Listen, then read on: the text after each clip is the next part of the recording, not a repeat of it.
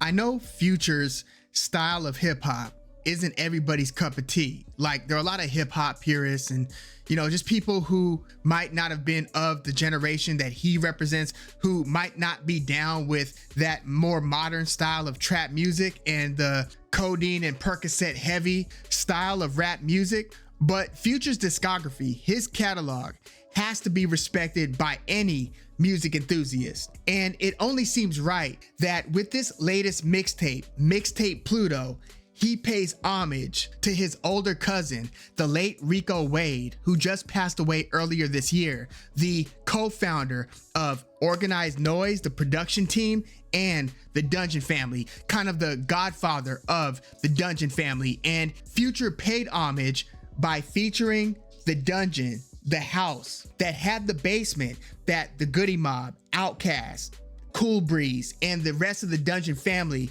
would hone their skills and record in, and would refer to as the dungeon. Future included that house on the cover of Mixtape Pluto, and of course he had the purple design kind of going with his psychedelic vibe. So he repurposed a photograph of that house, of the dungeon, and put it on the cover of Mixtape Pluto. It just seems super fitting and, quite frankly, pretty touching. Like, if you know the history of the Dungeon Family and what the Dungeon Family and Organized Noize did for Southern hip hop, did for Atlanta. I mean, they go back as far as the early 90s. I mean, the way that the members of Organized Noize, Sleepy Brown, Rico Wade, Ray Murray, the way that they met each other was through T-Boz, Tion Watkins of TLC. So this is LaFace era, early LaFace era. So they met each other, started Organized Noize, developed the dungeon, and from that came the careers of Outkast, Goody Mob, Witch Doctor, and so forth. And Future, some knew, some didn't know, but Future was kind of like a future generation of the Dungeon Family. So he wasn't, on the album or the collective compilation Dungeon Family. Remember that with Trans DF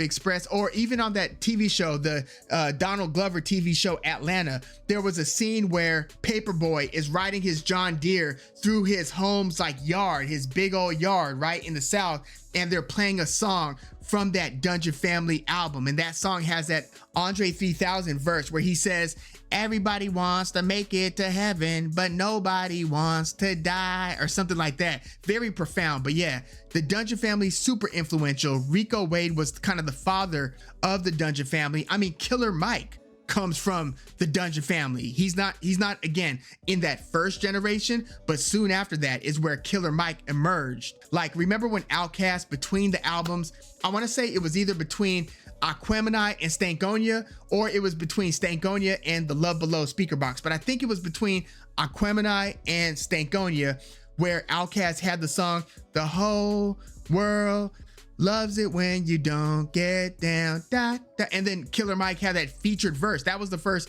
I ever saw of Killer Mike, that "Playa I Grind" verse. But yeah, Future paying homage to Rico Wade, super fitting. I mean, Future has obviously carried the torch, and you could argue that in this latest generation, from let's say 2010, 2011, 2012 to now, let's say the post Lil Wayne, Kanye West era. Okay, Drake and Kendrick Lamar, obviously the biggest rappers, right? But when you want to talk about having a style that impacts the other styles that come down the line, so you've got, the Juice WRLDs, the Young Thugs, Migos, you had all these kind of influential artists in the early to mid 2010s. Future kind of preceded that. He came just before Young Thug, just before Migos, just before Travis Scott, all these other similarly styled artists, Gunna, Lil Baby, all these other artists that came later, in some part drew from Future's style. And it's interesting because Future, first with those two albums, Pluto and Honest, looked like he was gonna have more of a pop star style career rather than cultural tastemaker career. It wasn't until after that second album that he had those back-to-back mixtapes, Monster and Beast Mode. Beast Mode was produced entirely by Zaytoven, but those two mixtapes changed the trajectory and the style, really, of Future's career, changed the perception and kind of the aesthetic of Future, his imagery, the music, the content, it really changed with Monster and Beast Mode. Then the rest is history. He dropped like 56 Nights shortly after that. The groundbreaking DS2, that might still be the biggest and most impactful Future album.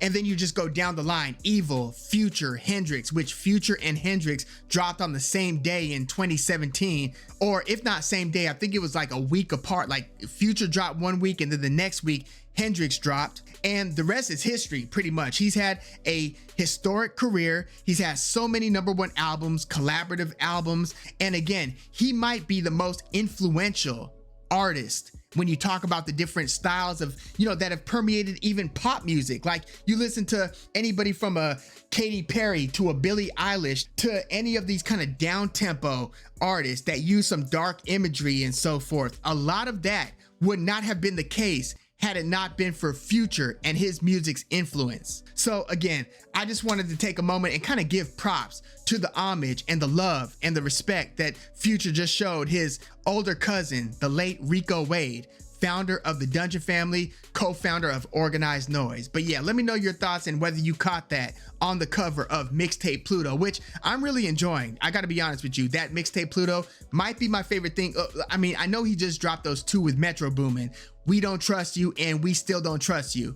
Some people love those. Some people like one more than the other. Some like the more, hip hop and trap centric We Don't Trust You more than the slight singier, more R&B-ish We Still Don't Trust You. I like them both for different reasons, but Mixtape Pluto, track over track, is such an easy listen, as a lot of Future projects are. Like you could just play that stuff through because, the beats were the quieter answer to, I would say, the Lex Luger era of beat making, where you had like Young Jeezy and T.I. and Gucci Mane, and you had producers like Bangladesh. Even though Bangladesh he was known for his kind of drum patterns, and he was a little bit more down tempo than some of the others, but you had like T.I.'s producer, DJ Toomp, and artists like Waka Flocka, where like the emphasis was on the loud, the noisy. You had more going on in the beats. Future was more, there was more emphasis on the silence within the beat. You know what I mean? And, you could say Metro Boomin kind of spearheaded that movement from a production standpoint,